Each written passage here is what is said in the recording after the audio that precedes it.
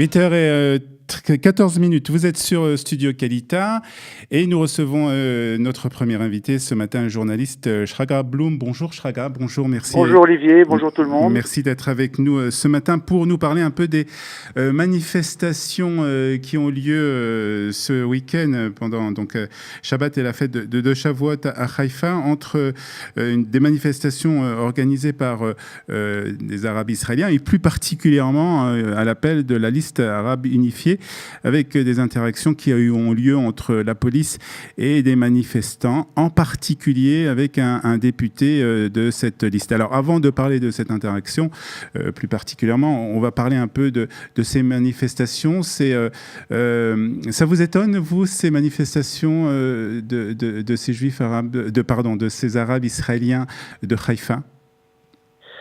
Absolument pas. D'abord parce que ce n'est pas la première fois. Je crois que la direction politique arabe actuelle a choisi un très très mauvais chemin depuis un certain moment. Et je vous rappelle qu'au début, quand cette liste a été créée avec son président Ayman Oudeh, qui était présenté dans les médias comme étant un modéré et une chance, un espoir pour la coexistence judéo-arabe en Israël, je crois que le vernis est rapidement tombé parce que l'hyper-démocratie israélienne permet malheureusement à ce genre d'individus de manifester contre Tsahal, contre l'État d'Israël, alors que les soldats sont au front.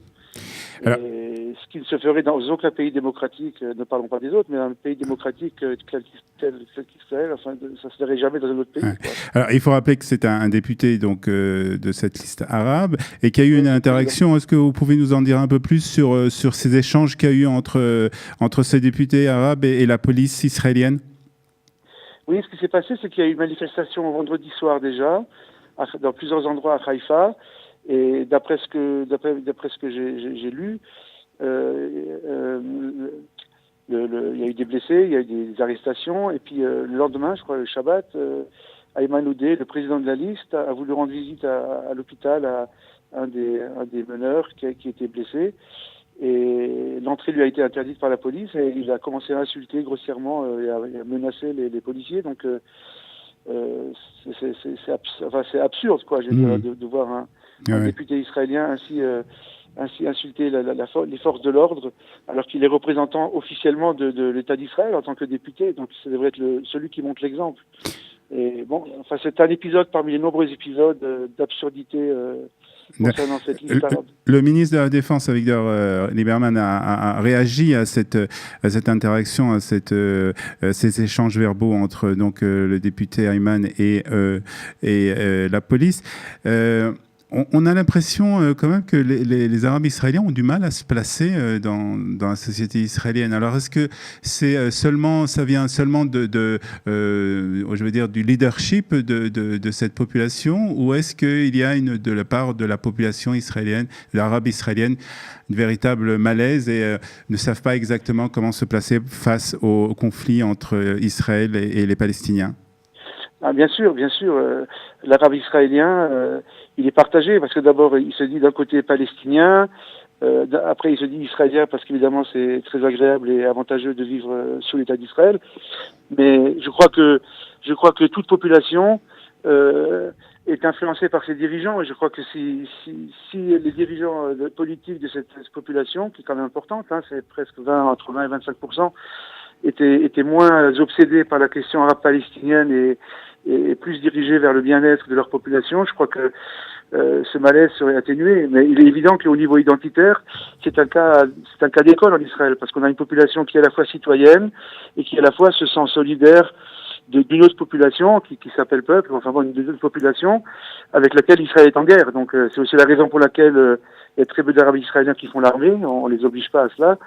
Mais je veux dire, la direction arabe-palestinienne politique, c'est à la Knesset, c'est un véritable scandale parce que ça fait des années que ça dure et malgré toutes les procédures, on n'arrive pas à sanctionner ces députés qui sont souvent sauvés par la Cour suprême ou par le conseil juridique du gouvernement. Et donc ils en profitent, évidemment, les Khalil Zouabi, etc. Bon, les exemples sont nombreux et vous pensez bien entendu que cela ne va pas changer et que c'est dommage. ce leadership va continuer dans cette direction. Oui. Alors, d'un côté, on dit qu'une population a le leadership qu'elle mérite, parce qu'il faut se rendre compte de la réalité. Quand il y a les élections, ce sont eux qui sont élus. Donc, on peut dire que la population arabe israélienne est consentante. Mais il y a des mouvements de fond dans la population arabe israélienne qui sont pas du tout d'accord avec ça. Et comme partout d'ailleurs, on dit la majorité silencieuse n'arrive pas à se faire entendre et ils sont menacés aussi, parce que c'est très difficile d'aller contre le courant. Contre le courant. Bien sûr. Ok, merci beaucoup Shragrat de nous avoir parlé de ce sujet assez important et assez épineux aussi. Merci beaucoup Shragrat. Bonne journée. Au revoir. Shavua Tov. Voilà, 8h18, presque 20 minutes déjà sur Studio Kelita. Un peu de musique et ensuite nous retrouverons Eliana Gerfinkel pour notre page d'histoire de ce jour.